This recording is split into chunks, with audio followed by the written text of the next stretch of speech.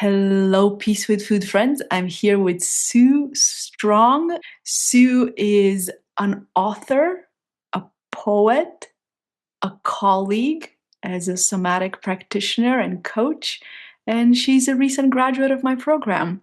Soo's story is so deeply inspiring that I asked Soo to offer us the gift of this beautiful student interview, which we're going to have now together. Welcome, Soo. It is a delight to have you.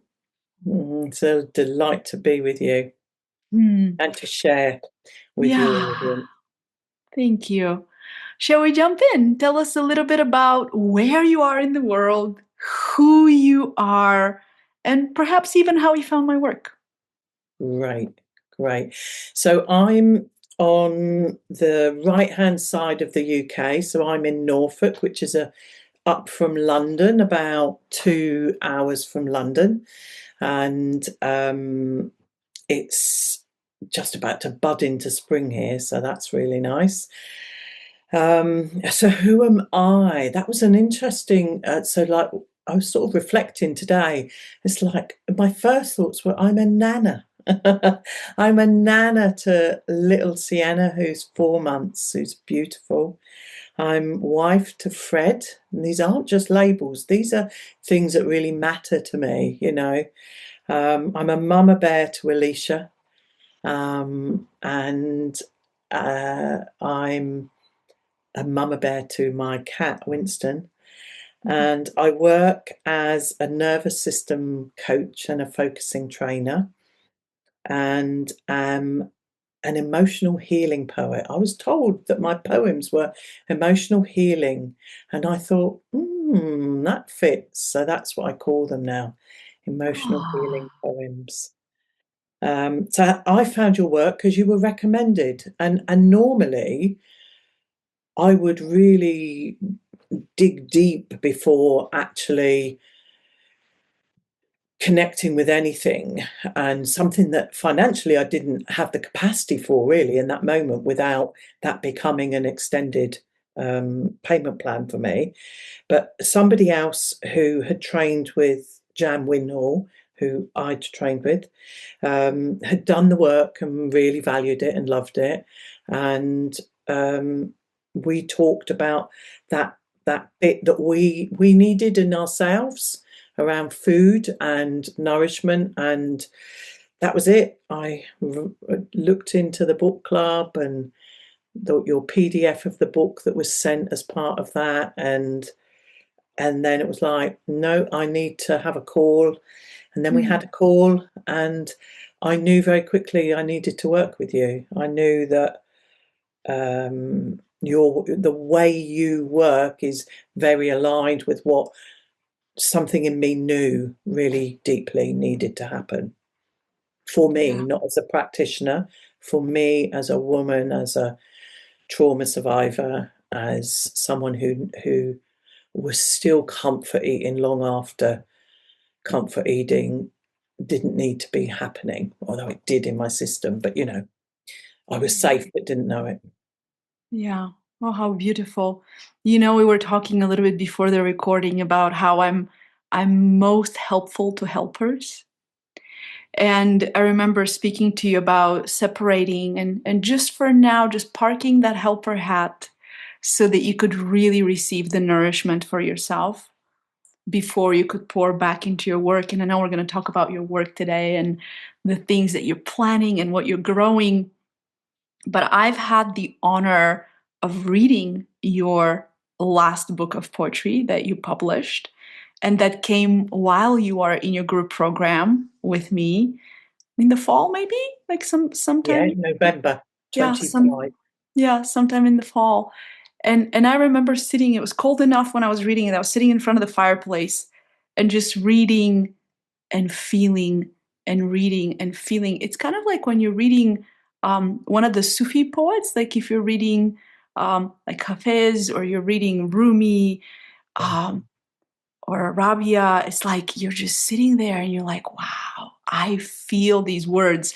So calling you an emotional healing poet, I'm imagining comes from the experience people have around you. And it's just so touching that I got to read your book before it was published, and I'm so happy it's out in the world. We'll link to it in the notes under this conversation. I hope that it touches many people, and you have a YouTube channel. We'll link there as well. So I'm really happy that you've had the nourishment for yourself as you pour into so many hearts. Would you be willing to remember perhaps a turning point in your journey, and working with Jan Winhall and focusing, and that overlap of polyvagal theory and focusing, that she's just given to us such a gift of overlapping these models in such a helpful way. Would you say that there was a turning point where you knew that you needed to support your nervous system if you were going to have the kind of relationship with food that you knew was possible? Yeah. Yeah. I think if I start with that, I mean, I grew in confidence a lot in my work with Jan, where bringing in the polyvagal theory and the focus and stuff, that for me was the a deepening of understanding of somatic work. And but a turning point was, it was like I still need something. So professionally, that really helped me. And personally, it helped me grow in confidence. But I knew that I was hurting and that needed something different. So my body was breaking down. So, like, I had heart condition, I had or have, and some knee issues, and my body was, I couldn't override it anymore. I couldn't push it aside. And I knew that for me to help myself, I needed to heal at a level that I couldn't see, because I'd done so much healing, but there was something that I could, it was almost like an itch I couldn't scratch. So Hmm. I couldn't do it for me, because I knew it intellectually and I knew I was embodied, but there was something inside. So the turning point was, I can't override anymore. So that was really really important. So it's like I could have told you as a professional, oh, I'm in dorsal, I'm eating, or I'm sympathetic and I'm activated and I'm eating, or I'm happy and I'm in ventral and I'm going to celebrate and I'm going to have food and I'm going to drink. And I could tell you all of those things and I knew the feeling of them, but I didn't have what you do, which is that background behind all the wiring and the stuff, and the really understanding what is happening at a deeper level in my body. So I knew the bits, but I didn't, there's so much that this program is that I didn't understand before joining this. So um, I knew it had to be the nervous system, because that was the thing that, out of all of my work, that had made the most sense to me, of how to be in the world and not beat myself up. Yeah. So that was really profound. So it's like I knew it had to be nervous system, and I knew that it had the qualities of Eunice that you bring to your work. Had it was that there's something in me needed to help me grow in the way I needed to grow. And Mhm. have I grown, boy? Have you grown? Do you want to give us a little bit of before and after? um, well, before, I could override lots of things. I always described myself as the opposite of anorexia. I was bigger and saw myself as smaller. Mm. So I never was in touch with the truth of what my weight was. I'd stopped weighing because I was happy in myself. I was content. I was connected with people. I had a quality of life after a lot of healing. Oh yeah. Um, but soon there was a point where I started to see pictures of myself, and it was revulsion. And I did not like my belly. I did not like the double chins. I didn't like the fat on my legs and round my wrists. It was like suddenly I was at war with an image of myself. Mhm. So I didn't like what I saw. Um, and then I started to judge myself for my health conditions, thinking it's all about me and there's something wrong with me. And maybe I'm in denial. Am I all right with me?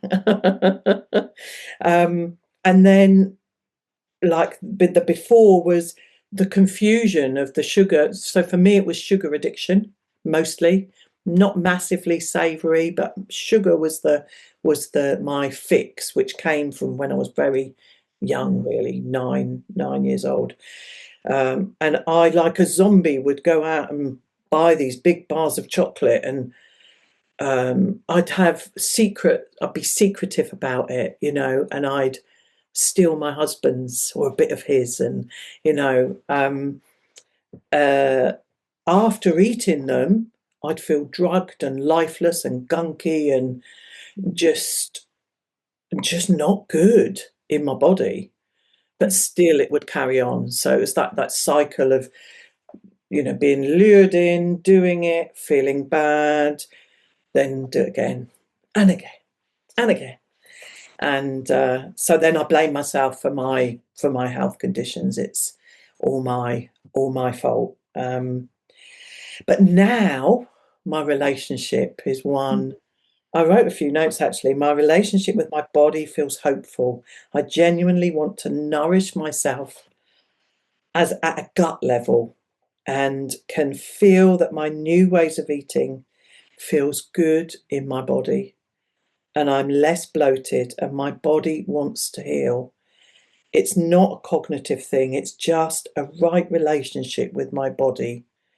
I rest it when needed, I stretch it daily, I build up strength through movement to support my knees, and allowing nourishing practices to help with emotions and daily tensions that build up.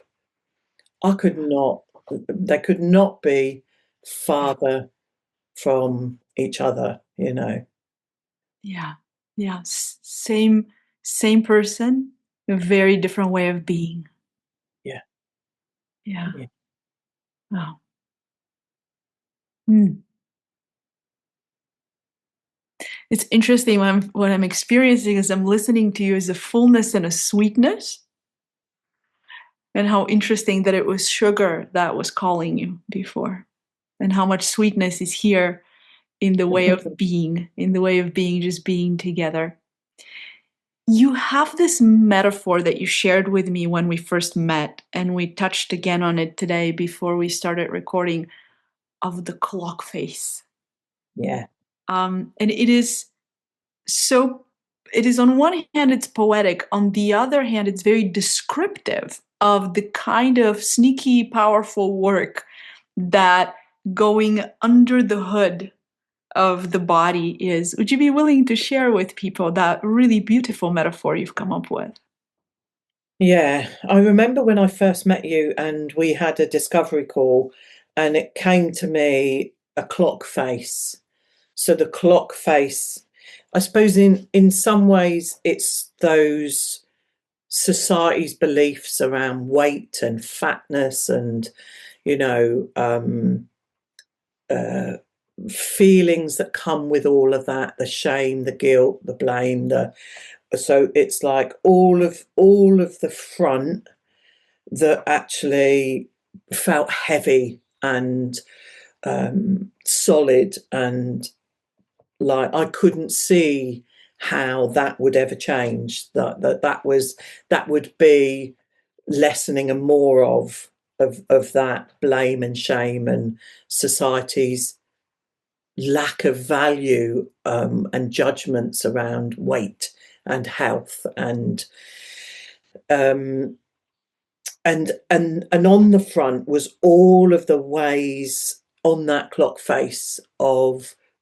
like, I don't know, the hands could be years, it could be weeks, it could be whatever, of keep trying to solve it and manage, you know, what builds up over years, really, to that point.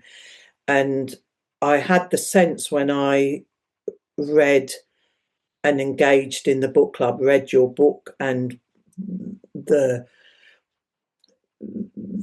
the group process in the book club of behind the scenes, I could see there was something beyond this way of being. I suppose in a way this can be the mask as well, that behind the scenes that there's much more intricacy that is very different to the quick fixes that are on the front. That behind the scenes is this work can't be done quickly. You Mhm. can do bits of it, but it can't be done quickly. And I can remember at the start wanting, in a way, some of the front, you know, I want it to be sorted. I want to go straight to the food. That's the bit that's causing my problems. But actually, you have to do the rewiring and the getting to know how things join up before the connections are made around what is happening with the eating, you know.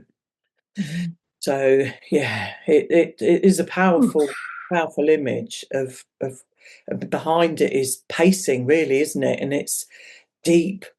Your work is very deep, and I've said to you, I see you as a like your work as like a mat. You talk about the library, don't you? But actually, it's like your own library, your own resourcefulness of the complexity behind the scenes, you know, is really, really important work.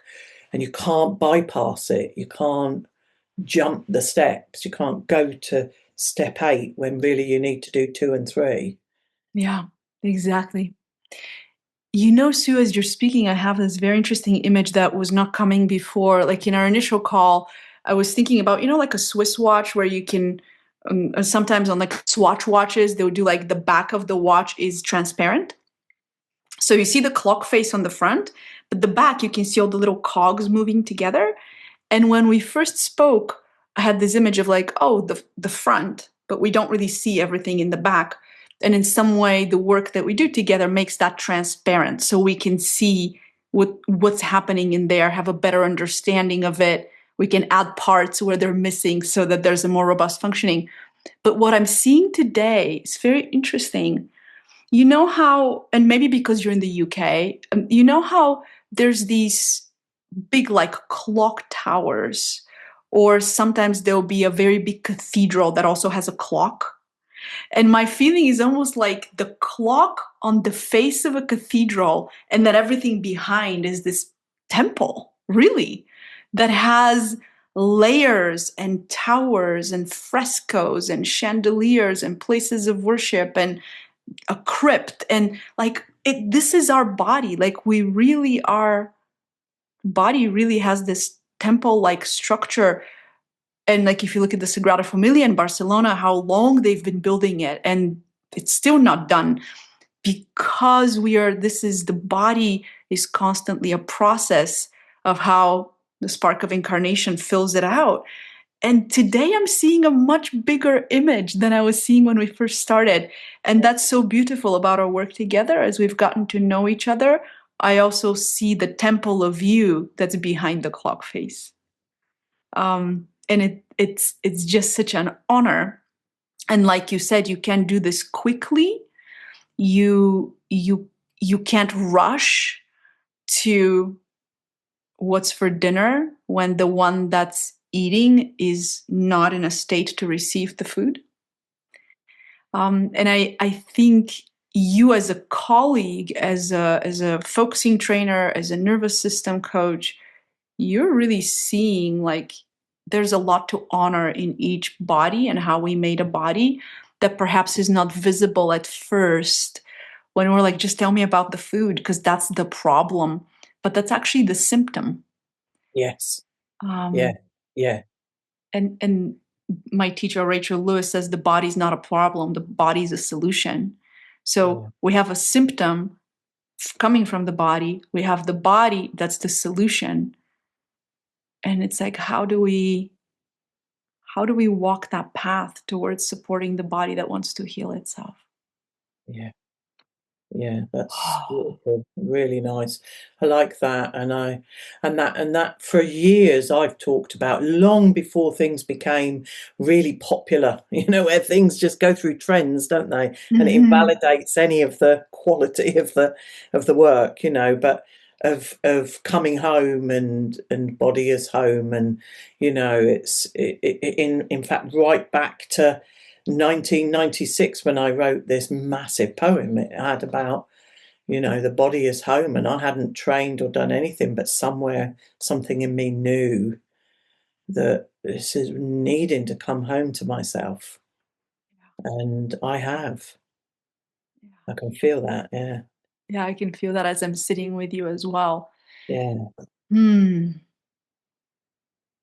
I'm wondering to help, others, people in our school and people who might be wondering, what was what were you feeling about your challenges with food before you started? And how do you feel about them now? What has changed in seeing the food challenges that were showing up in your life? I think that really hopelessness and hope are the opposites. Like, I was so hopeless around any potential for lasting change. Mm. So I just did not believe.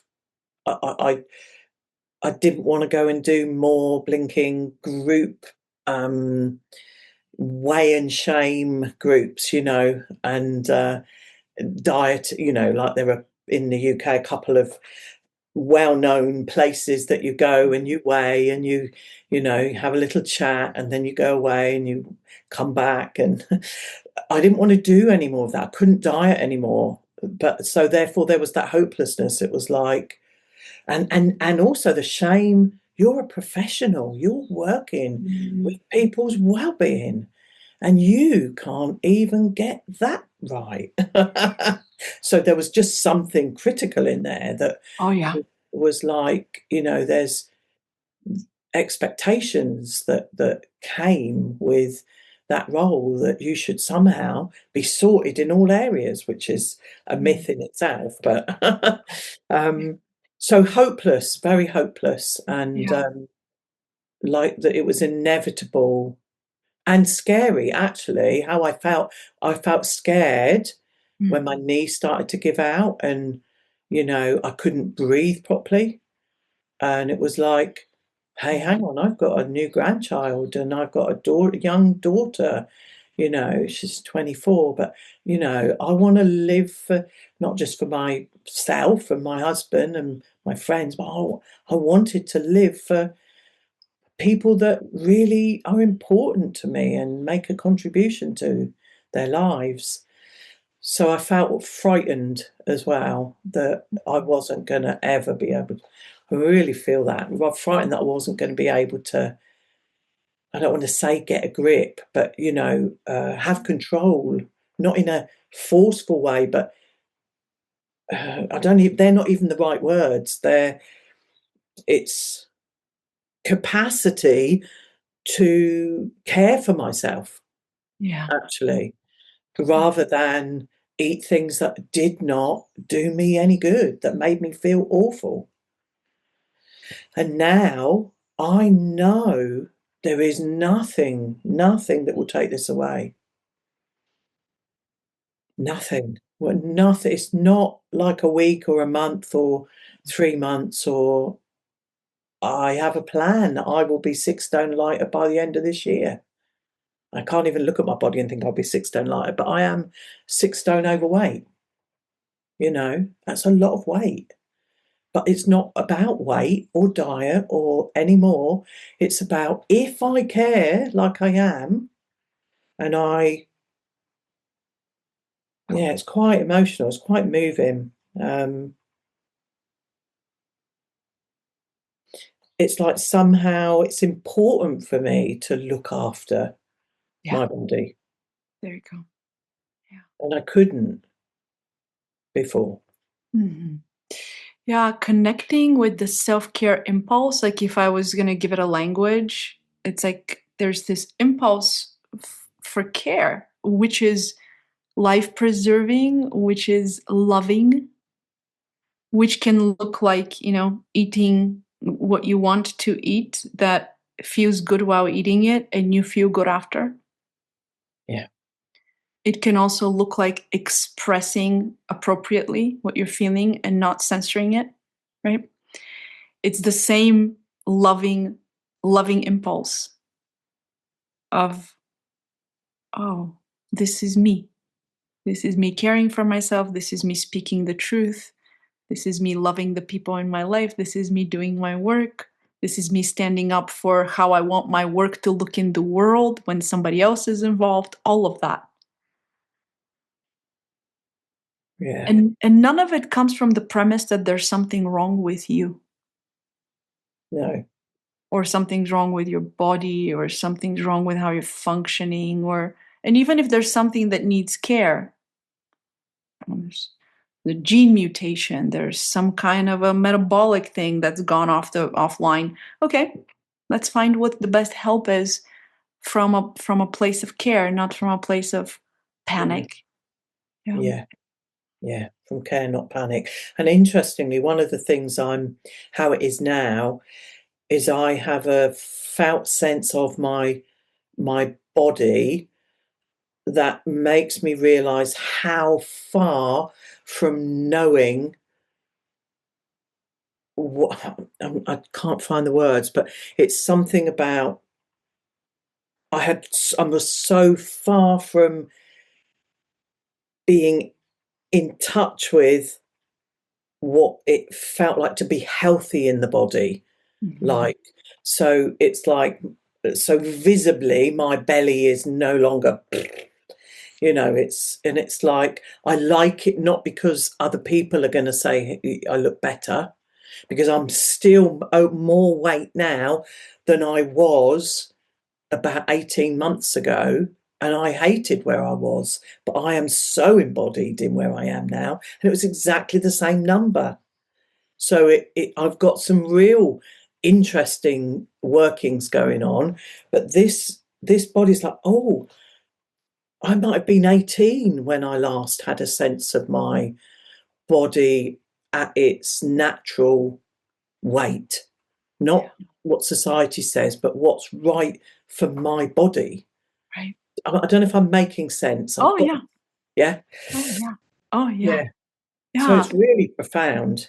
Yeah, and what you're saying is that, this is something that, very few people have had the chance to experience because it requires exquisite tracking Yes. of the felt Yeah. sense, of Yeah. sensation, of emotion, of ease or laboriousness of movement, of life force flowing, all that you as a focusing practitioner and trainer, like you're exquisitely trained to be able to do this body tracking, and you're going, you know what, at the same weight, two very different ways of being in my body. Completely. It's Yeah, fascinating, isn't it? yeah, And when you look, it's like when I was young, I used to think I was overweight, and I look at the photos and think, oh my God, there was nothing of me. It's so fascinating. It's yeah. like it's all in so many ways messed up in our heads. It is very complex. I just taught a whole year on body image in our advanced membership, and what it takes on the somatic and the the neural level to make an image of the body. And it is so complicated. Not that like you can't understand it. Of course you can understand it, but it's not as simple as like, what am I seeing in the mirror? And am I happy or sad today? It is a whole universe of how our brain makes an image of the body, which is why at the same weight, at the same clothes, you can feel like a completely different person. Yeah. Yeah.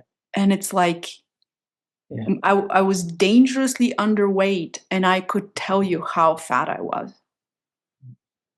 I could defend it, you know? And it's wild. Like there's studies that are done with women with um the kind of anorexia where you become very, very thin, because there's people in large bodies who can have anorexia, but the kind where you become very, very thin and you still believe that you are in a larger body, when they have them outline their bodies in a mirror, you end up with an image that is completely distorted. Like we're actually not seeing with our eyes what is actually happening. And it's a wild thing. And Yeah.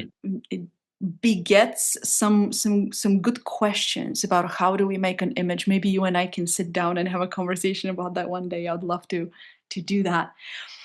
But back to you, you're sharing with people this big shift that you've had. What do you understand about yourself and your body now that maybe you didn't know or understand before you had your transformation group program with your amazing journey mates? Mm. What a great group. I miss you guys. Yeah. Yeah. Yeah. Really. Um, I I think it's, for me, it's something about, I really know and trust how amazing bodies are, and Mm. how in the right conditions they heal and grow, and how very quickly, when I started to connect with healthy food again, food that's good for my gut, that's good for my body, how quickly my body responded with love, that it loved being treated well, and not so tired, not headachy, not not acidy, so how quickly the body wants to heal. So I really trust that. And I think for me, it's something like knowing that 100% I've got my back now. There is not even 80% or 70%, but that I am a reliable ally for me. Reliable. There is, no matter what happens, I will be there for me. And that isn't what I would have said 7, 8 months away. But on every level, mentally, emotionally, physically, I've got me, and um, and it took all of that time to get to the place where I started to feel able to look after myself in terms of food, in terms of, because I can remember a doctor once saying, it's a simple equation. It's calories in and exercise done. Calories in and exercise, calories burnt. It's a simple equation. It's like, oh, if it was that easy, that I would have done it by now. um, yeah. So it's like, I just have to stay responsive to the needs of my body now.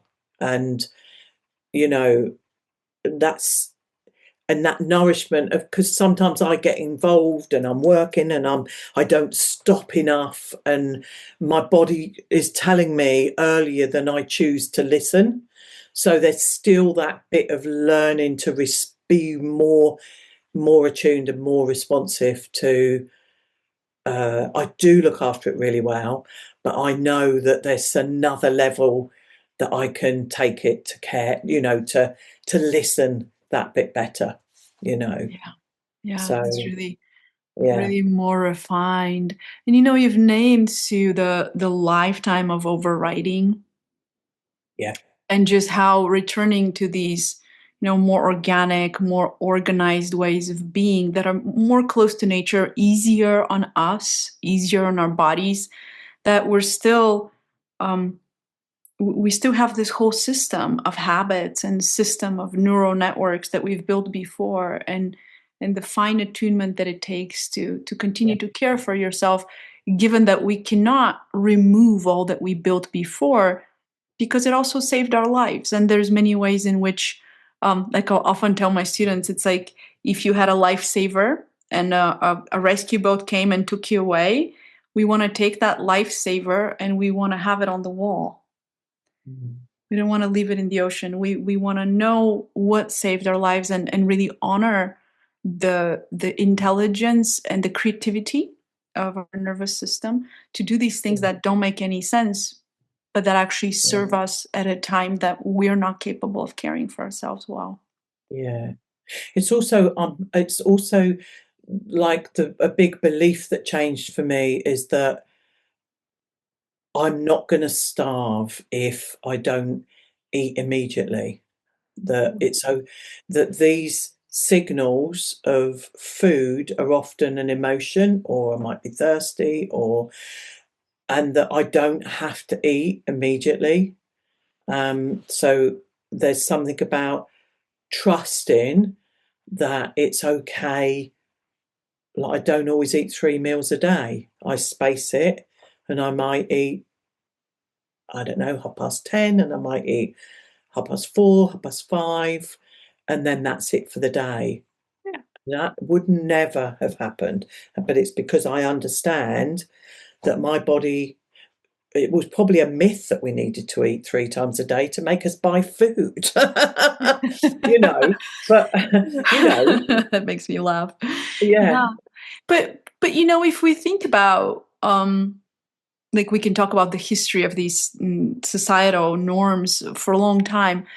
But like when people working out in the fields, and working hard physical labor, how important it was to eat, before you leave and take care of the animals, and you're doing this hard work, and maybe you break for lunch and then you break for dinner and you collapse.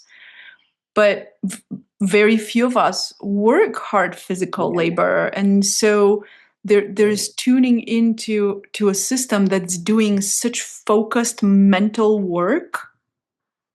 Like our brains are so busy, but our bodies underneath might not be. And so how do you nourish yourself right for, how you're living, what your body is needing, how much your brain is working super hard? Well, the body's not doing that much. And so not to um, quote the doctor who spoke to you, because that's incorrect scientifically. We know that now, that there's a very small percentage of the population for whom that narrow formula works, that you just figure out what feels good. yeah, And that good feeling is a feedback loop. My body's going to let me know if what I'm eating now and I'm enjoying it, if that ends up in me feeling good in my body later yeah, and tomorrow morning. And so I can take something good. It can feel good while I'm taking it in, and it can feel good after. mm, yeah, I mean, how great to go out with a friend, to have a good time, and to feel good when you come home, and then to mm, wake up the next morning and still feel good because you went out with the friend. That's what we're looking mm, for. yeah, yeah, it's that nourishment and actually choice. So I guess it's also like I'm learning I can say no. Hmm. No to that hot chocolate that I don't really need. I can say no to that cake that I'm programmed to do, hot chocolate and cake. I can say no, and it doesn't mean I'm depriving myself. It's I'm actually giving to myself. Yeah. So it's revolutionary for me. I would not have imagined. I would have not imagined that this capacity to be able to do all of it, be with all of this. Yeah. Yeah. And to be in a state where choice is available. This is what I'm hearing too, is like more and more inhabiting the state of the nervous system that choice is possible, Yeah, because we really don't have choice when we're in a survival state. We're just doing what on autopilot, the interoceptive library remembers. There was 500 times that this kind of challenge, we solved it with this kind of food. And yeah, so that's what we do in an emergency. But when you become spacious inside, like you have, and your journey mates in your group have, it's like now we have choice. yeah, yeah. And also that food can put us in survival state. So the impact of sugar puts me in a survival state. So that's not even, there's stuff in there, in here, that is about, like, I lived for decades in survival, is like food can put me in Oh, that yeah. place. Oh, yeah. And finding out how we respond to foods Yeah, is so important, right? Because for some people, eating something that's very stimulating can really spike your system, and for other people it's not a big deal. And it's like, how yeah, do I become so respectful of myself and so respectful of how my body responds to what I offer it? yeah. It's like a beautiful dance. It's like a beautiful dance. I'm wondering, Sue. I mean, I have many moments. I have many memories of you in your cohort. I have many memories of your group as a whole. But was there a moment for you throughout all of our learning, maybe in class, or maybe in office hours, or maybe with your one on one mentor, or maybe in your own practice, that there was like an aha moment, or like a really bright turning point that you want to share about? Um, I think that things sparked off for me learning around the nourishment cycle. I think once I connected with I think it's about 5 weeks or something in the program, 5, 6 weeks, whatever, is that something in me sort of woke up to, this is the place. This is like, all of it was full of so much in before that, but this bit was like, this is what I need. I need to know more about my needs. I need to know more about nourishment. I need to know more about um the links. Well, like, I came to know the links between that. Digestion is not just about food. Digestion is about, things like a story you said recently that, is around somewhere you went and needing time to process that, really, to digest that. And that was like, oh, like, yeah, just that link between that we're digesting all the time and how much we move from thing to thing at speed. I don't think I do quite as much because my background is mindfulness, and I slowed down enormously in my capacity in everything. But there was something about how I would move on from things more quickly that needed me to be with them for longer. Yeah. So, that was, um, like, learning I'm allowed to need. That I'm Yeah. allowed to need, and it doesn't have to be anyone else need that. But if that's what I need, that's okay to honour that if I can. Yeah. Yeah. That's beautiful. That's beautiful. There is definitely like, because in our curriculum, the way we do things is everything we do prepares you for the nourishment cycle.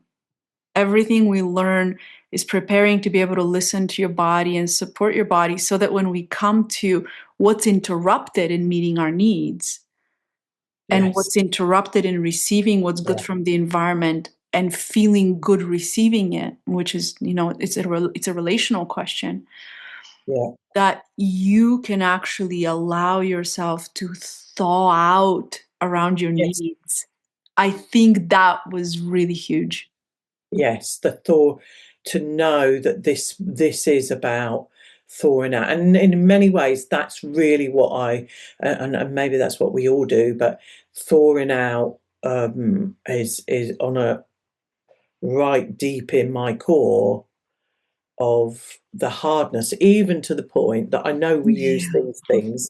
Where have I Mm. got? Well, I've got a different version that I use, but, Yeah. all of the massaging the muscles, because Yeah. my chronic tension in my sinuses, my jaw, my Oh, tongue. my throat, my shoulders, and it's now the most it's activated is 10 to 20% when there's something kicking off. It was chronic. I couldn't even sleep or breathe properly, or swallow properly. There's times I couldn't swallow. That was Yeah. linked to food and sugar as well. And Yeah. now it's like, oh, so that's thawing out of tension and holding and, you Yeah. know, letting things go, really. Yeah. Yeah. Because there's And such a lot in there of so many practices that like somebody said something in our group which was really powerful, which is around so many of these practices and things of tending to ourselves and caring ourselves are like preserved for children. And that really stayed with me because it's like we think that because we're big people, yeah. we don't need this tender, gentle kindness and care. Yeah. Like children can have it, old people might be able to have it, animals might be able to have it, but not us big, strong human beings. Come on, get Yeah. over yourself. And Yeah. it's like, oh, tenderness of care, of the Yeah. practices is a Yeah. strong part of the program, I would say. Yeah. That's beautiful. I love this, coming to the face with like a feather like intention, like that uttermost gentleness.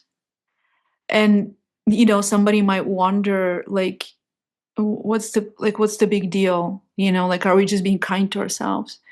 But think about bringing food to your body. You're bringing something to your face.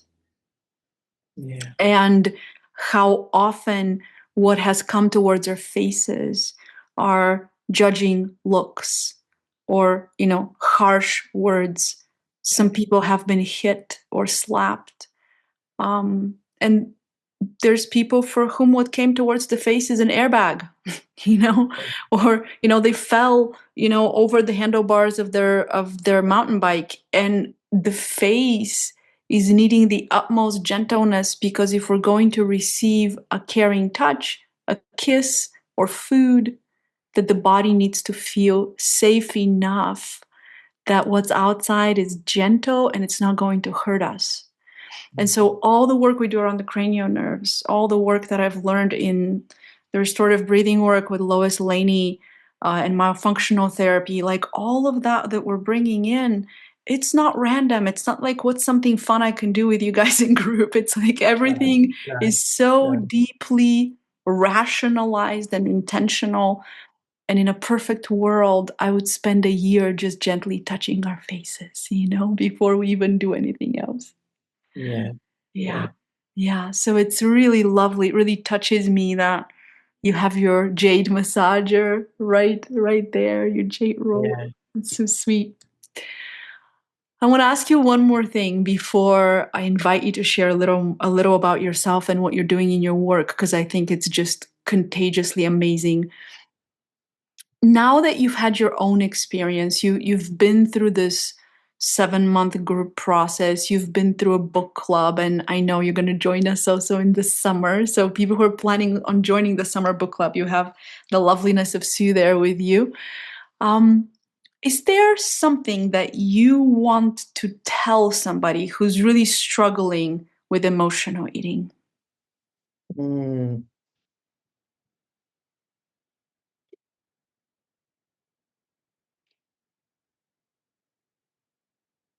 It's interesting because the response that I have is actually around working with you because emotional eating is um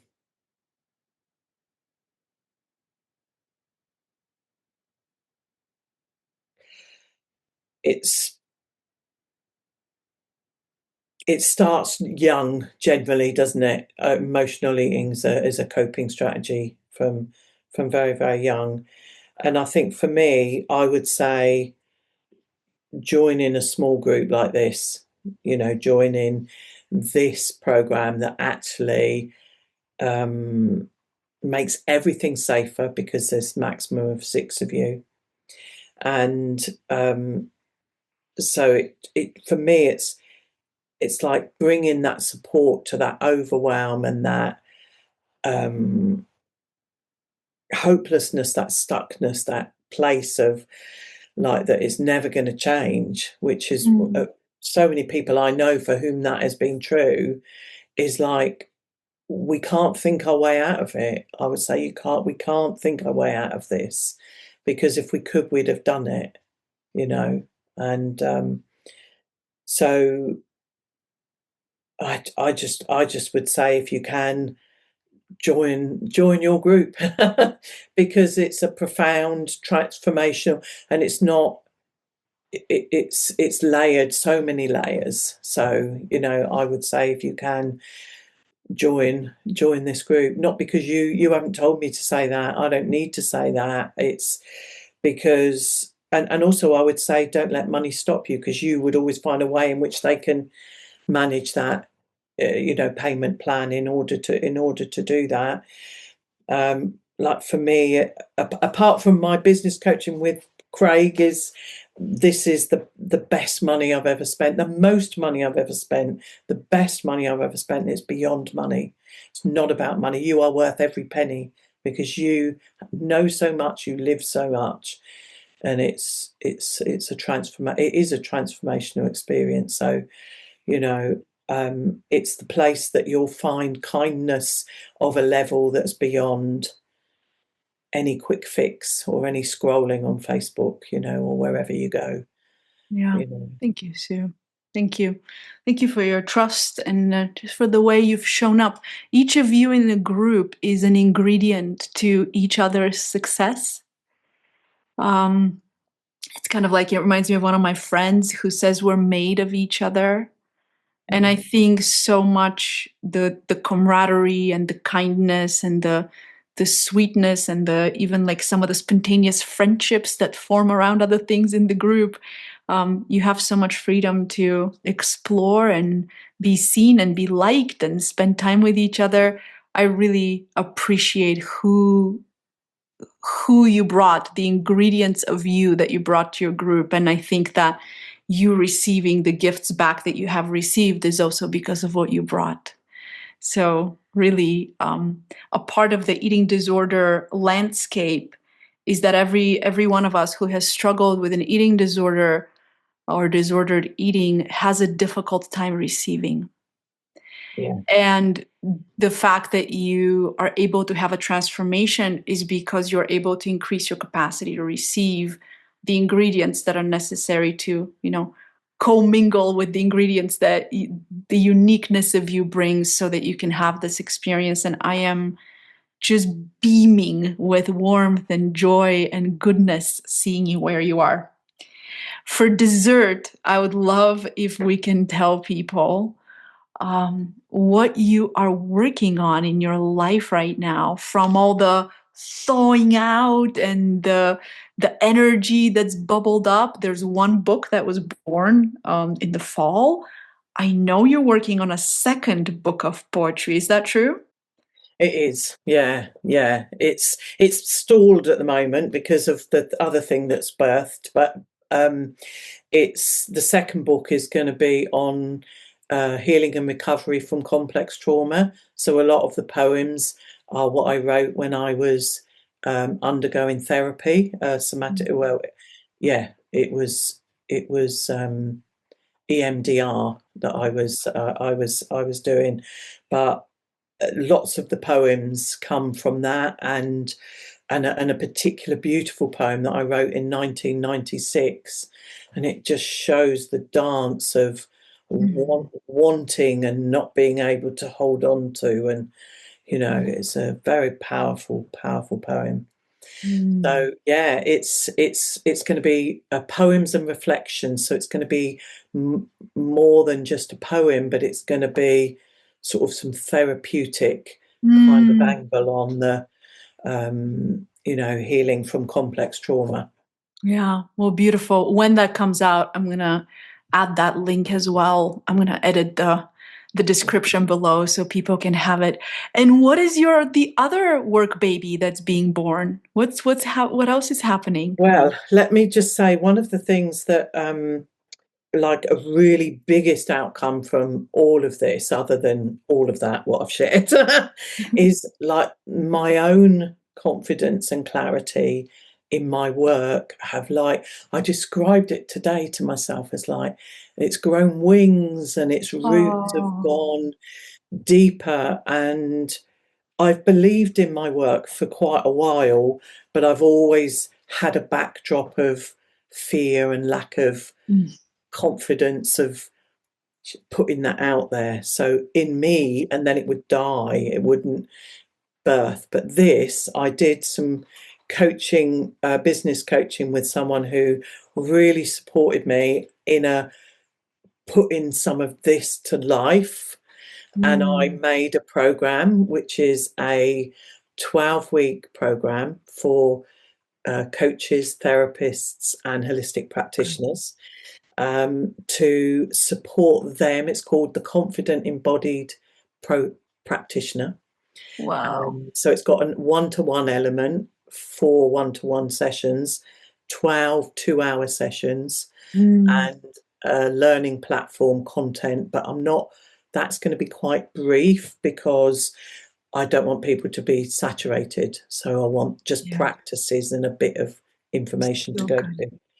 So that is starting on the 2nd of April, Okay, it's just 2026. around the corner. So 4 weeks. it'll start in a few weeks. Yes, we're right in the beginning of March. This interview will probably come out next week. So people will still have time to join you if they're feeling inspired. How cool. How It's a cool. small group of 8, so it's not going to be over 8. So I'm gonna keep it Nice. to that.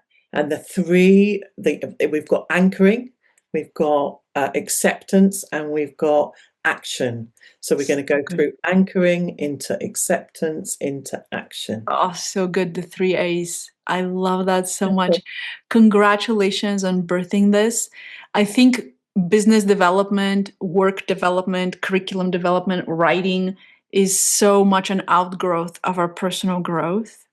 Yeah, And typically we tend to develop personally a little ahead of our work. And so our work follows us. And I'm just so jazzed for you to be out in the world and not being slowed down by food noise, not being slowed down by what to eat, when to eat, how to feel about what you ate. I think for me, if my eating disorder hadn't dissolved, I don't think I would have created, not like my work is my work. I love my work. I'm very fulfilled by it, but I wouldn't have created a fulfilling life no, because there was no space for life. There was only yeah, space for uh, focusing and obsessing of fixing something, the next broken thing about my body. And there's no shortage of things to focus on if that's your focus. yeah. And if you have enough trauma on board, it's not hard to find something wrong with your body. And so, so I think like letting go of the body project was only possible because health came on board.